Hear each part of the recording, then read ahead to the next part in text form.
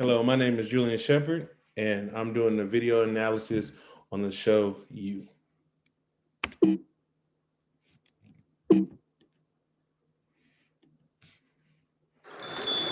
Wow. Who are you? Hello. Guinevere? Everyone just calls me Beck.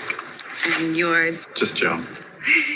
Did you move here to be something? I did, but it's not working out. Not everyone gets what being a writer means. You think I'm unremarkable? Unremarkable people don't worry about being unremarkable. I believe in you. I just need to know who you really are. You are special. You're talented. You're passionate. You're smart. But you have questionable taste in friends. Professor Obvious wants to sleep with you. There are scary people in the world. It's important to be safe. All I want to do is help. It's why I have to do what I'm about to do.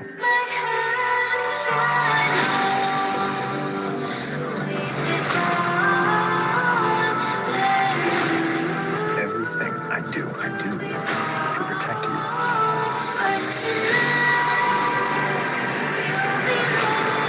Why going in with you? I would do anything for you.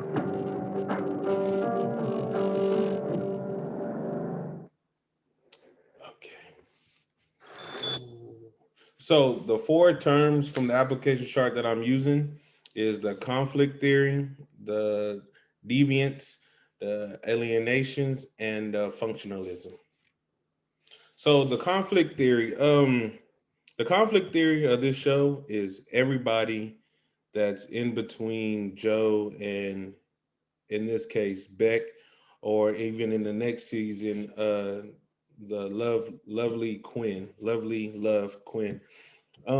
Anybody that comes in the way, that's from friends to, I know in season one it was the teacher and her ex-boyfriend, and in season two of You there was Love's brother, who was just getting in the way. Everybody that got in the way of Joe, or just anybody, he considered them as a threat. He tried to take them out. He tried to get them away from them. So no matter who came in their lives, that's who he saw as a threat there.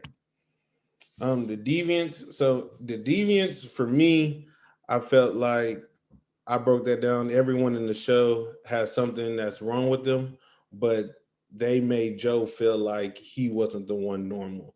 So with Beck in season one, she had a problem where she wasn't able to, she was going through things in life, but when she later finds out Joe had problems, it was just like, oh, you're weird, or you're, the things that you're doing is just unacceptable, which it was later on, but in all reality, they all had problems. Or even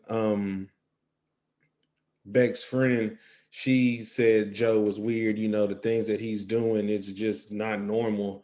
But all reality, she was going through depression. She was also stalking Beck as well.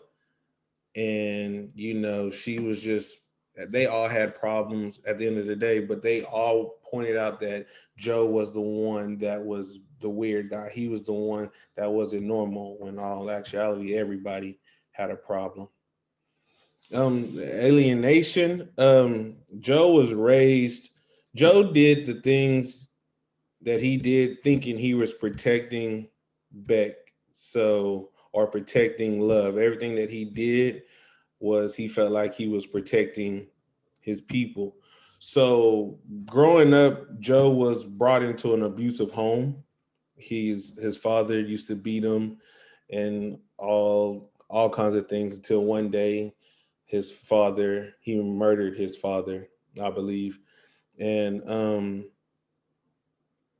he ended up going to a foster home, and then he later got adopted by a guy named Mr. Mooney. And Mr. Mooney was the bookstore salesman, and he was just as abusive. When Joe messed up, he used to lock him up in the cage, and until Joe got his act right, which later on, Joe then started to, in the show that you see, Joe started to lock people in those cages when he like the for instance when Beck's ex-boyfriend came in to the picture, Joe kidnapped him and put him into that same cage that he was when he was a kid, just so he could say I'm here to protect you, I'm here to help you, which later on he was ended up killing them.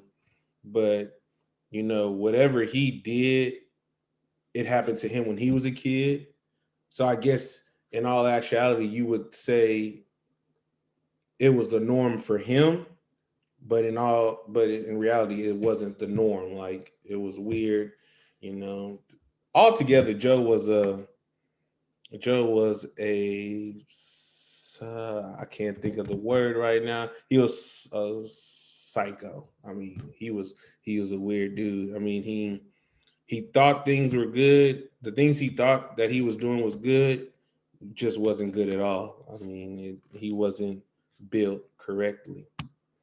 And functionalism. Joe wasn't functioning right. At the end of the day, like I said, or like I've been saying the whole video, what he believed was normal was not normal. He played mind games with people. He was very manipulative.